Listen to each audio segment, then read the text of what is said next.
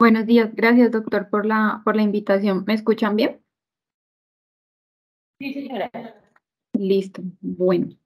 Entonces, pues este tema es un poquito extenso, la escleritis es un tema grande, pero pues vamos a intentar darle como un enfoque práctico y me voy a centrar principalmente en las escleritis de causa no infecciosa.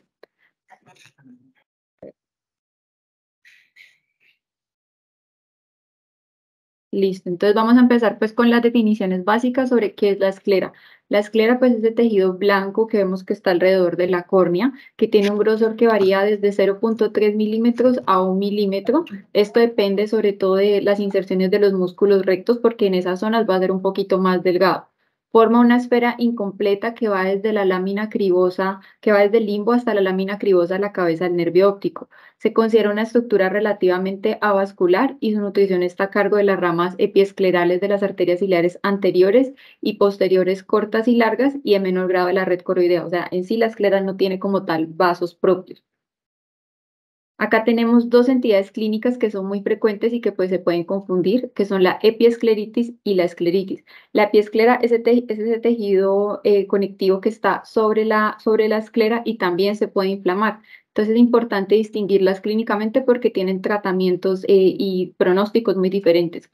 Entonces en la epiescleritis usualmente los pacientes no van a presentar dolor, sino un leve disconfort. En cambio, en la escleritis sí va a haber un dolor que se va a exacerbar con los movimientos extraoculares y algunas veces los pacientes refieren que al despertar también es peor. La epiescleritis no van a manifestar fotofobia, mientras que en la escleritis sí, porque pueden asociarse a uveitis anteriores. En la epiescleritis, como el compromiso es muy superficial, no tiene por qué haber compromiso de la agudeza visual, mientras que en la escleritis sí.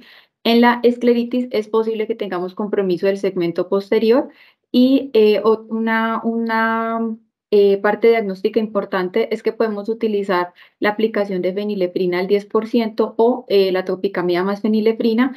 Y después de que instilemos esta gota en los ojos del paciente, debería, si es una epiescleritis, quedar blanqueado totalmente el ojito, o sea, ya la hiperemia debería borrarse, mientras que en la escleritis la hiperemia va a persistir porque lo que está inflamado es el plexo epiescleral profundo. Dentro de la línea de tratamiento, la primera para ambas son los AINES orales, pero en las escleritis, ya dependiendo de su clasificación y su severidad, pues vamos a requerir medicamentos como los esteroides o la inmunoterapia. Entonces voy a empezar con el caso clínico. Esta es una paciente de 14 años, femenina, que llegó a mi consulta como a principios de este año con un cuadro de 2 meses y medio de ojo rojo y dolor ocular derecho asociado a cefalea. Dentro de sus antecedentes estaban negativos, solamente pues refería a nivel ocular que había presentado cuadros de conjuntivitis alérgica, que había manejado oftalmología pediátrica, las eran como de una moderada severidad porque había requerido inclusive tacrolimus y pues también la aplicación de esteroides tópicos suaves. Había tenido un trauma facial que le había causado una deformidad en su nariz. Estas son las imágenes clínicas. Ella llegó con una agudeza visual de 20/40 que corregía 20/30 y este es su ojo derecho. Entonces vemos que hay una hiperemia conjuntival de más o menos 2 a 3 cruces marcada. De pronto acá no se observa muy bien, pero acá hay una pequeña sobrelevación que corresponde a un nódulo escleral y acá en la periferia corneal se ve que hay cambios de infiltrados y lisis corneal, o sea, hay una queratitis ulcerativa periférica asociada. Vemos que la hiperemia conjuntival era casi por 360 grados, pero era mayor en el cuadrante temporal inferior. Este es su ojo izquierdo, que no nos muestra como hiperemia como tal, pero si uno mira con un poquitico de detalle, ve que hay unos cambios como un tinte violáceo debajo de la esclera, que nos habla de que pronto ya había tenido episodios de escleritis previas en ese ojito, y también acá en la periferia corneal superior había un leucoma. No tenía celularidad en cámara anterior, la presión intraocular estaba normal y el segmento posterior estaba normal también. Se envió a hospitalizar por urgencias porque se consideró un cuadro de una escleritis anterior nodular más una queratitis ulcerativa periférica asociada en su ojo derecho. Le hicimos los exámenes infecciosos que salieron negativos, excepto las serologías para citomegalovirus y herpes, que pues en la mayoría de la población vamos a tener IgG positiva. Y en los no infecciosos tenía reactantes de fase aguda elevada con esta BCG en 67, un uranálisis con albúmina en la orina de 30 miligramos por decilitro y una microalbuminuria en orina espontánea positiva. Tenía un factor reumatoideo levemente positivo y unos anticuerpos antiproteínas A3 mayores a 100 muy positivos. El resto de sus exámenes autoinmunes fue normal. Entonces, en conjunto con reumatología pediátrica, se consideró pues que la paciente estaba cursando con una vasculitis ANCA o lo que más comúnmente se conoce una granulomatosis de Wegener con manifestación ocular. Se le dieron bolos de metilprednisolona a la dosis pediátrica y se le dio salida con metrotexate 10 miligramos semanal y esteroide en vía oral en dosis de reducción. Entonces, ¿qué son las escleritis? Las escleritis son los cuadros inflamatorios de la esclera y las podemos clasificar en anterior y posterior de acuerdo a la intención de los músculos rectos. Vemos que esta clasificación es bastante, ya tiene unos añitos, pero es muy útil. Entonces puede ser anterior y aquí a su vez se puede subclasificar en difusa, nodular, necrotizante y la necrotizante puede ser con o sin inflamación. Y la posterior se clasifica en difusa y en nodular. Esta imagen clínica pues es muy útil, sobre todo para lo que les decía de diferenciar escleritis de piescleritis. Acá ya se mira el grado de hiperemia conjuntival que hay después de la aplicación de la fenilefrina. Vemos que un grado 0 es que hay completo blanqueamiento, o sea que esto podría corresponder a una piescleritis si antes estaba con hiperemia. Un grado 0,5 hay un tinte rosáceo como muy localizado. Un grado de una cruz ya está un poquito más difuso y ya los vasos se ven un poquito más tortuosos. Un grado 2 nos da un tinte ya más como morado y un grado 3 ya es una hiperemia muy severa en la que casi no podemos distinguir como la vasculatura. Y un grado 4 pues que es la que no queremos casi nunca encontrar, es una escleritis necrotizante en la que ya hay pues adelgazamiento de la esclera. Inclusive pues en casos severos se puede ver la coroide subyacente. Entonces, hay unas estimaciones crudas de las tasas de incidencia de escleritis que se considera que hay 4 por 100.000 personas por año de casos de escleritis. Usualmente son más frecuentes en las mujeres y la edad de presentación está entre los 40 y 60 años, que pues es un poco diferente, por ejemplo, al cuadro de la paciente que estoy presentando. Dentro de las causas de escleritis tenemos muchísimas, pero pues vamos a hacer como dos grandes grupos. Perdón. Entonces tenemos las enfermedades reumatológicas, nos da más o menos el 36 al 44% de los casos. Y estas pueden ser las enfermedades autoinmunes o secundaria vasculitis sistémicas primarias. Dentro de las enfermedades autoinmunes, pues la que más frecuente se asocia a escleritis está la artritis reumatoide, pero también puede ser por espondiloartropatías, por enfermedad inflamatoria intestinal, por lupus y menos frecuente por sarcoidosis, BKH. Y dentro de las vasculitis sistémicas primarias están las vasculitis ANCA positivo, como en el caso de la paciente que tiene una granulomatosis con poliangeitis, o también pues la poliarteritis nodosa o las vasculitis de vasos grandes, aunque es mucho más raro en estos casos. El segundo grupo de causas que tenemos en frecuencia, que se dan el 5 al 18% de los casos según los estudios, son las causas infecciosas. Y pues dentro de los gérmenes más frecuentemente asociados están los virus herpes, sobre todo el herpes zóster, la sífilis, la pseudomonas, sobre todo en los casos de escleritis posteriores a trauma o a cirugía, la nocardia, sobre todo en trauma vegetal. Y tenemos otro grupo que son las misceláneas, que son las causas posteriores a cirugía, pero no infecciosas. Las causas postradiación o la rosácea es muy frecuente que cause escleritis y epiescleritis. Las causas asociadas a medicamentos como los bifosfonatos que se utilizan en los pacientes con osteoporosis, el etanercept y el topiramato, que es un anticonvulsivante. Y otro grupo importante que yo agregué son las causas idiopáticas, que a pesar de que hacemos un estudio extenso, no son infecciosas, no son autoinmunes y tampoco están dentro de las otras causas. Entonces consideramos que tienen un mecanismo inmunomediado, pero no hay una enfermedad sistémica claramente asociada. Y pues otras causas ya, las menos frecuentes son las neoplasias, sobre todo las neoplasias de superficie ocular, como los carcinomas escamocelulares, pueden confundirse con cuadro de escleritis necrotizante. Entonces, con respecto a la fisiopatología, ¿dónde se ubica las escleritis, sobre todo las no infecciosas? Entonces, esta es una imagen que nos muestra como el espectro de las enfermedades reumatológicas. Acá está el extremo de las enfermedades autoinflamatorias, que son las que se dan sobre todo por mecanismos en los que en las que se manifiesta la respuesta inmune innata. Y las causas o las enfermedades autoinmunes, que son las enfermedades que son secundarias a autoanticuerpos o autoantígenos, como la artritis reumatoidea, lupus, en las que hay una clara presentación de un autoanticuerpo o autoantígeno desencadenando esto. No está claro como todos los mecanismos fisiopatológicos de la escleritis y no está muy seguros de su ubicación, pero se cree que estaría como en esta parte, como tirando un poquito más hacia la parte autoinmune porque pues se asocia a muchas enfermedades autoinmunes. Dentro pues de los mecanismos que favorecen la inflamación escleral está pues los factores genéticos como los asociados a ciertos antígenos o alelos del HLA, sobre todo de R4, que se asocian a algunas enfermedades reumatológicas o causas no asociadas a los antígenos de HLA. Los inmunocomplejos pues, pueden favorecer, exagerar la respuesta inmune, sobre todo la adaptativa. Cuando pues, se presentan escleritis necrotizantes, pues podemos tener necrosis que sea causada por la isquemia que causan esta vasculitis oclusiva o por el aumento de la producción de enzimas como metaloproteinasas que van a lisar, o sea, se van a comer este colágeno que conforma nuestra esclera. También, pues, por lo que les decía, secundario autoanticuerpos y autoantígenos, y también, pues, como es una cascada inflamatoria, va a haber aumento de las moléculas de expresión, como las interleuquinas y las moléculas de adhesión. Entonces, vamos a dividir las escleritis en dos grupos importantes, las infecciosas y las no infecciosas. Entonces, ya vimos que las no infecciosas son menos frecuentes, mientras que las no infecciosas sí son más frecuentes y se dan entre la cuarta y sexta década de la vida. Dentro de las infecciosas, pues hay unos factores de riesgo muy importantes, como es la presencia de que el paciente haya tenido un antecedente, un trauma accidental o quirúrgico, o si el paciente está inmunosuprimido. Mientras que en las no infecciosas, pues hay que intentar buscar si el paciente tiene una enfermedad reumatológica o una vasculitis primaria de base. Sin embargo, en las no infecciosas también hay que tener presente si el paciente nos llegó con un cuadro de herpes zóster, o sea, como intentar, de pronto no siempre hay un claro antecedente de trauma quirúrgico o accidental.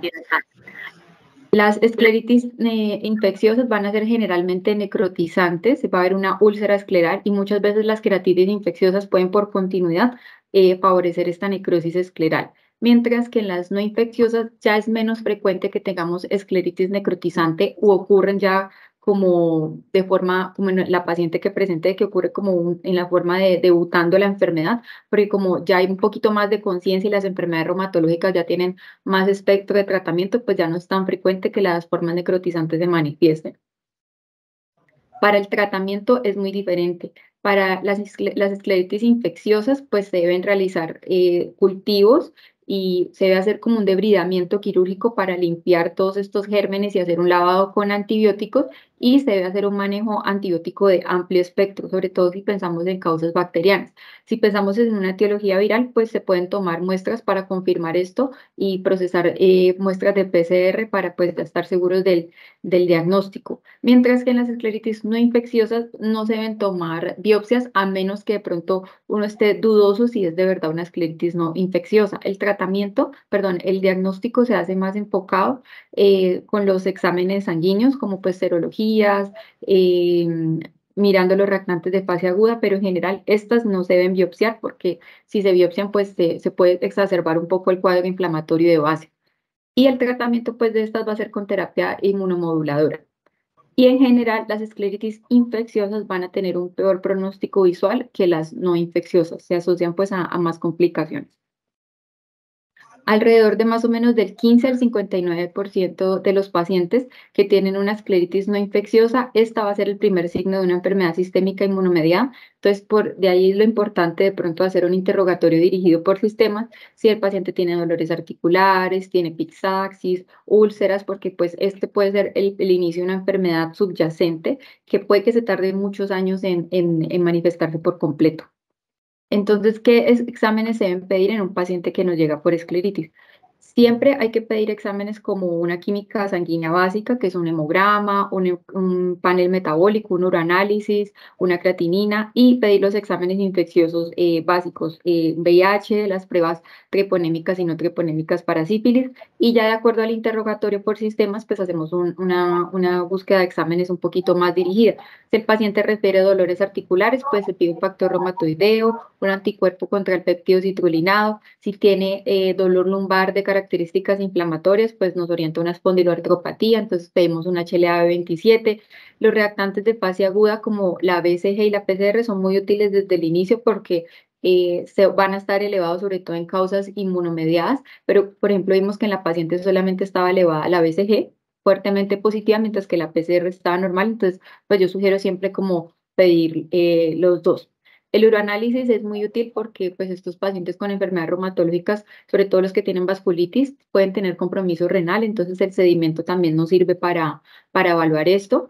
Y pues en los pacientes con vasculitis, ya si uno quiere ir un poquito más fino, si el paciente refiere síntomas como de sinusopatía, pues una imagen de senos paranatales. Y si ya es ya si sospechamos de etiología infecciosa, pues lo que hay que hacer es tomar cultivos, inclusive una biopsia escleral si es necesario.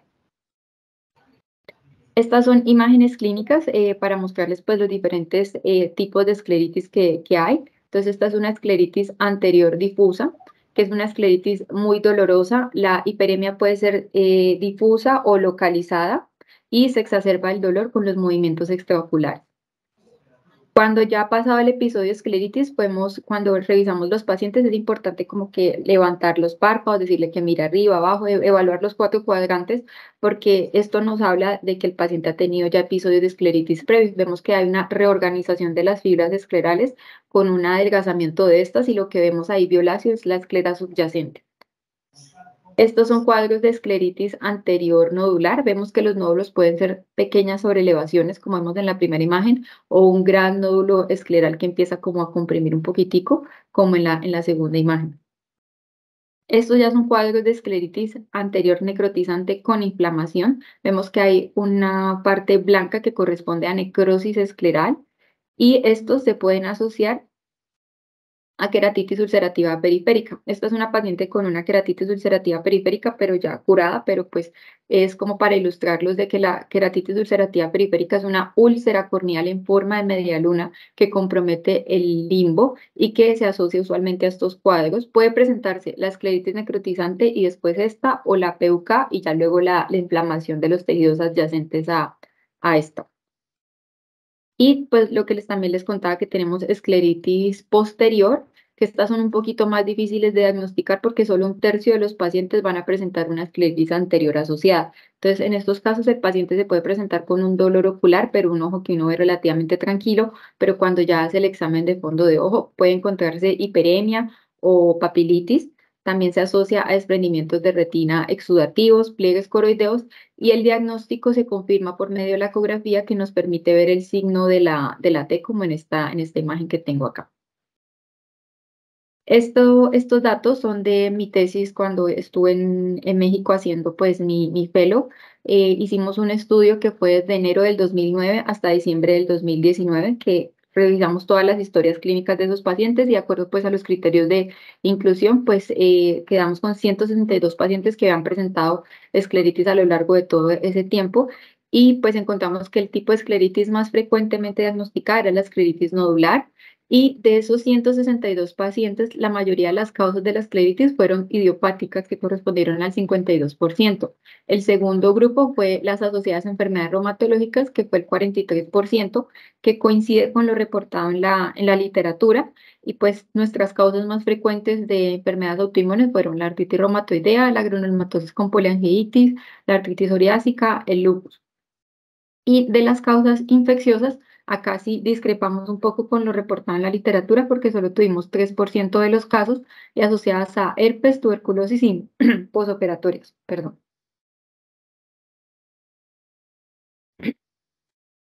Acá ya tomamos los casos de escleritis no infecciosas en este segundo cuadro y separamos los no infecciosos idiopáticas y los no infecciosos asociados a enfermedades autoinmunes y quisimos comparar las agudezas visuales iniciales y finales de estos pacientes. Vemos que la agudeza visual inicial entre ambos grupos es muy similar, pero ya en el seguimiento pues se ve que la agudeza visual final en el grupo de las escleritis asociadas a enfermedades autoinmunes es un poquito peor, o sea, su pronóstico visual es peor que en las causas idiopáticas.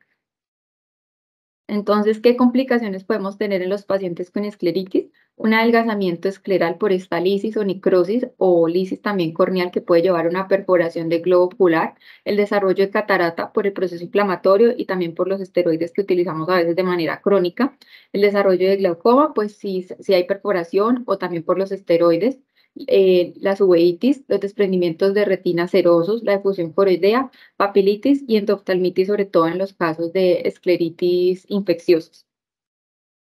Este es un cuadrito que me parece muy útil porque le permite a uno hacer como un algoritmo de cómo es el tratamiento de las escleritis no infecciosas, porque ya vimos que las infecciosas son totalmente diferentes. Entonces, lo que uno se tiene que preguntar cuando le llega a un paciente con escleritis, primero, ¿qué tipo de escleritis es? Si es una escleritis necrotizante no infecciosa, entonces hay que buscar mucho una enfermedad sistémica autoinmune o una vasculitis primaria, y el agente de elección va a ser la ciclofosfamida, que es un agente alquilante.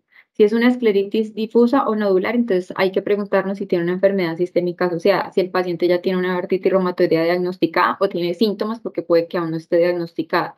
Si sí tiene una enfermedad reumatológica asociada, se sugiere pues iniciar con esteroides para la fase aguda y ya a largo plazo pues la inmunoterapia, inclusive terapia biológica. Si no tiene una enfermedad sistémica asociada, ya miramos el grado de inflamación de acuerdo a la tablita que les mostré ahorita del grado de hiperemia conjuntival. Entonces, si la inflamación escleral es más de 2 cruces, hay que irnos con esteroides y luego con inmunoterapia y terapia biológica si se llega a requerir. Si es un grado de inflamación escleral menor a 2 cruces, que yo creo que son la mayoría de escleritis que llegan a la consulta de urgencias, entonces la podemos manejar con AINES orales, pero los AINES orales hay que dárselos con horario y por un periodo de más o menos 2 a 3 semanas. Uno les da pues como recomendaciones sobre que puede dar gastritis, sobre pues los efectos secundarios de los AINES y buena hidratación, porque en general son muy bien tolerados, porque a veces le tenemos un poquito de miedo a utilizarlos por un periodo un poquito más largo de 5 días, porque puede tener falla renal o eso, pero si uno los instruye bien a los pacientes, se pueden dar. Lo otro es que hay los AINES COX-2, que como el celecoxib o el etoricoxib, que se pueden utilizar sobre todo en pacientes pues que vayan a tener predisposición a úlceras gástricas, pero es mejor no usarlos en pacientes con factores de riesgo cardiovasculares. Y los esteroides, sobre todo endovenosos, se utilizan en los casos de escleritis posterior porque esta tiende a ser una urgencia, porque ya como hay compromiso del segmento posterior, hay un desprendimiento de retina exudativo, hay papilitis, ya hay una amenaza a la visión, entonces hay que actuar pues más rápidamente en estos casos.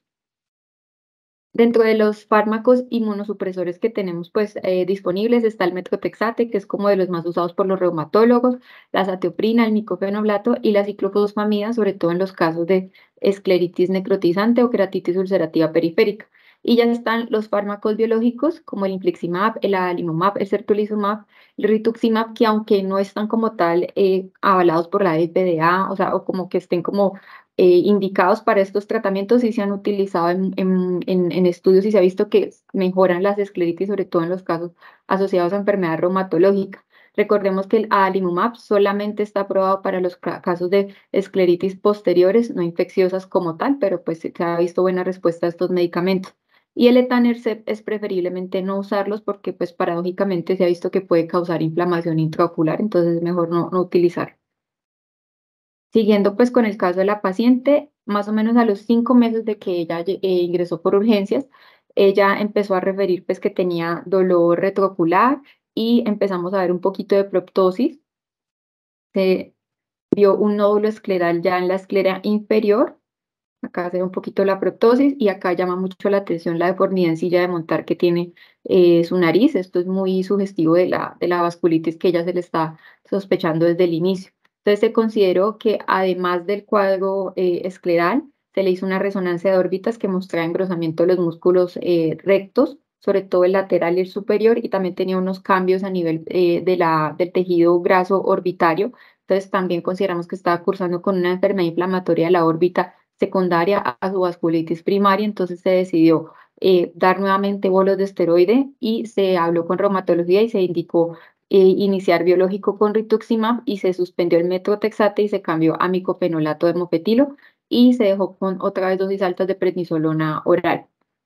Sin embargo, pese a esto, la paciente tuvo una sinusitis que requirió que se suspendieran los esteroides y el micofenolato por un tiempo mientras se trataba su sinusitis bacteriana, y pues a los 2 meses de haber recibido la primera dosis de rituximab consultó otra vez por el ojito rojo. Vemos que tiene un lago oftalmos evidente, una proptosis clara, y el nódulo había aumentado de tamaño. Entonces decidimos llevar este caso a junta médica con oftalmología, retina, oculoplástica, uveitis y con reumatología pediátrica, y pues consideramos que estaba siendo resistente al tratamiento a pesar de que era un tratamiento pues instaurado adecuado. se decidió llevar a biopsias, se tomaron biopsias de este nódulo porque teníamos duda de si esto podía estar asociado a un cuadro infeccioso por la potente inmunosupresión que había recibido la paciente. Se tomaron biopsias del músculo recto lateral del ojo izquierdo y biopsias del tejido orbitario y de la glándula lagrimal del ojito izquierdo.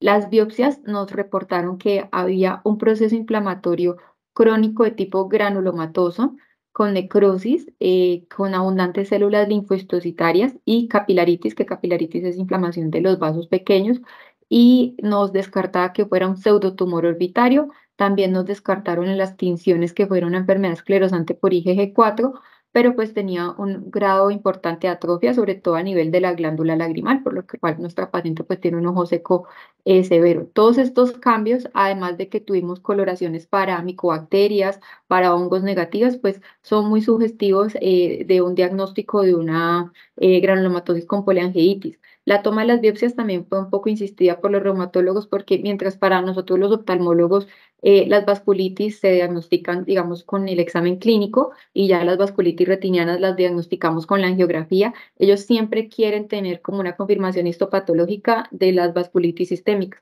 Entonces, por eso también fue que se insistió un poco en la toma de la biopsia, además de que nos permitió descartar otros procesos autoinmunes. Entonces, pues ya con esto estamos seguros de nuestro diagnóstico, aunque ha sido un poquito resistente al tratamiento de la paciente. Vemos que los anticuerpos que nos hicieron el diagnóstico, los iniciales, han disminuido, pero esto no se nos correlaciona con la parte clínica de la paciente. Digamos que como para marcador de seguimiento no son muy útiles.